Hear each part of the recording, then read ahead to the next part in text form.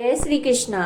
आंवला नवमी का जो पर्व है वो कार्तिक शुक्ल पक्ष की नवमी तिथि को मनाया जाता है और इस बार आंवला नवमी है वो 10 नवंबर को पड़ रही है। इस दिन ये पर्व मनाया जाएगा। आंवला जो कि भगवान विष्णु को अत्यंत प्रिय है, इस दिन आंवले के वृक्ष की पूजा की जाती है।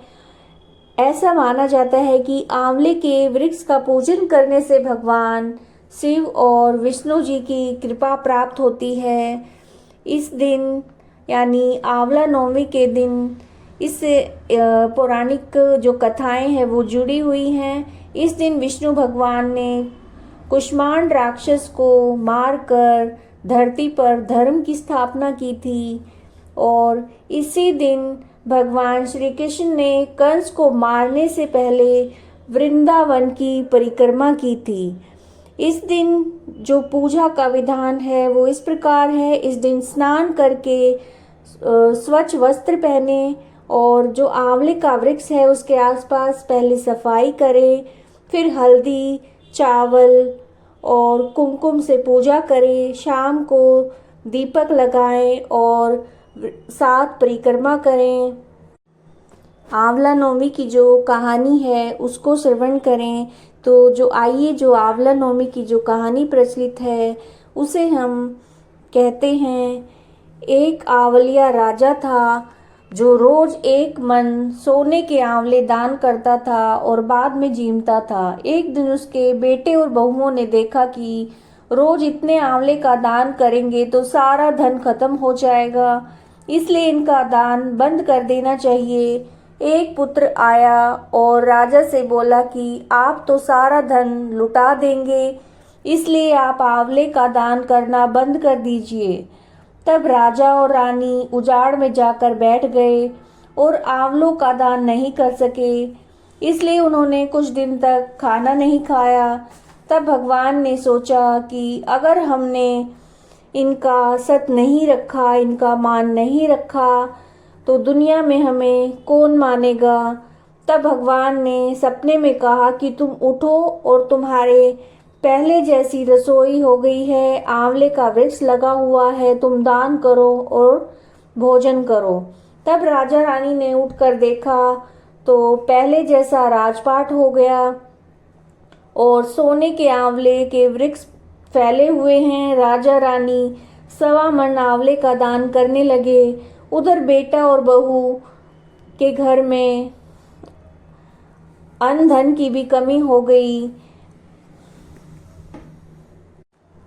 उन्हें खाने के भी लाले पड़ गए। तब आसपास जो लोग थे उन्होंने उसे समझाया कि जंगल में एक आंवलिया राजा है, वहाँ चले जाओ तो तुम्हारा दुख दूर हो जाएगा। वो दोनों वहाँ पहुँच गए। वहाँ पर रानी अपने बेटे और बहू को देखकर पहचान गई और पति से बोली, इन लोगों से काम तो कम कराएंगे और मजदूरी इनको ज़्यादा देंगे। एक दिन रानी ने अपनी बहू को बुलाकर कहा कि मेरा सिर धोकर नहला दो। बहू सिर धोने लगी तो बहू की आंखों में से पानी निकलकर रानी की पीठ पर पड़ा। तब रानी बोली कि मेरी पीठ पर आंसू क्यों गिरे हैं, मुझे बताओ। तो बहू बोली कि मेरी सासू की पीठ पर ऐसा ही मस्सा था और हमने उसे घर से निकाल दिया। वह 1 मन आंवले का दान करते थे, हमने उन्हें भगा दिया। तब सासू बोली, हम ही तुम्हारे सास ससुर हैं, तुमने हमें निकाल दिया था लेकिन भगवान ने हमारी लाज रखी। हे भगवान, जैसे उन राजा रानी की लाज रखी वैसे सबकी लाज रखना।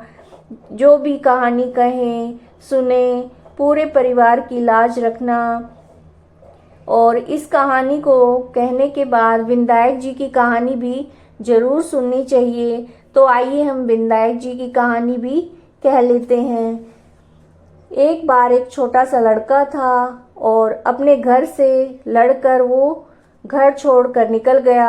बोला, आज तो मैं विनायक जी से मिलकर ही घर आऊँगा। तब लड़का चलते चलते उजाड़ में चला गया, यानी ऐसे स्थान पे चला गया जहाँ पर कोई नहीं था। विनायक जी ने सोचा कि मेरे नाम से इसने घर छोड़ा है, इसलिए इसे घर भेजा, नहीं तो जंगल में शेर वगैरह इसे खा जाएंगे। फिर विनायक जी बूढ़े ब्राह्मण का भेष धारण करके आए और बोले कि तू कहाँ से आ रहा है और कहाँ जा रहा है। तब वो बोला, मैं तो विनायक जी से मिलने के लिए जा रहा हूँ। तब वो बोले कि विनायक जी ही हूँ मैं, मांग तुझे क्या चाहिए, परंतु एक बार ही मांगना। लड़का बोला कि क्या मांगूं, बाप की कमाई में रखूं, हाथी की सवारी करूं, दाल भात मुट्ठी परोसे, ढोकता मुट्ठी भर के ढोल, स्त्री ऐसी हो जैसे फूल गुलाब का। विनायक जी बोले, लड़के तूने तो सब कुछ ही मांग लिया, जा तेरा जैसा तूने कहा है वैसा ही हो जाएगा। वो लड़का जब घर आया तो एक छोटी सी बिंदी चौकी पर बैठी है, घर में बहुत सा धन हो गया। लड़का अपनी माँ को बोला, देख माँ मैं कितना धन लाया हूँ, विनायक जी से मांग कर लाया हूँ। हे विनायक जी महाराज, जैसे आपने उस लड़के को धन दिया, जैसे उसको दर्शन दिए, वैसे सबको देना। जो भी ये कहानी सुने और सुनाए, उनके सबके परिवार को धन देना, उन पर सब पर कृपा करना और अपना आशीर्वाद सब पर बरसाना। जय हो विनायक जी महाराज की।